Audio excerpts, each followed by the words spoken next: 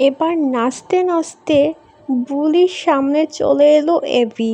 কথার ধারাবাহিকটিতে এবার দেখানো হচ্ছে এবি তার পুরনো স্মৃতিগুলো মনে করছে। মাই মমস ক্যাফেতে এবি বসে বসে মদ খাচ্ছিল। অন্যদিকে বুলির খুব ইচ্ছে ছিল এই রেস্টুরেন্টে সে কিছু একটা খাবে, কিন্তু সেখান থেকে তাকে অপমান করে তাড়িয়ে দেওয়া হলো। তখন বুলি চলে এলো আবার নাচ গান করতে। অন্যদিকে এবির পুরনো কথাগুলো মনে পড়ছিল।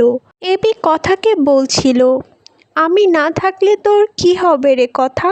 তখন কথা বলল, তোমায় ছাড়া আমি কিছুই ভাবতে পারি না পাচক মশাই। এই কথাগুলোই যেন বারবার মনে পড়ছিল পাচক মশাইয়ের। এবি হঠাৎ করে বুলি যেখানে নাচছিল সেখানে গাড়ি থামিয়ে চলে আসে। এবার কি তবে এবি আর বুলির দেখাটা হয়ে যাবে? এবি আর বুলির দেখাটা হয়ে গেলে পর্বটা কেমন হবে?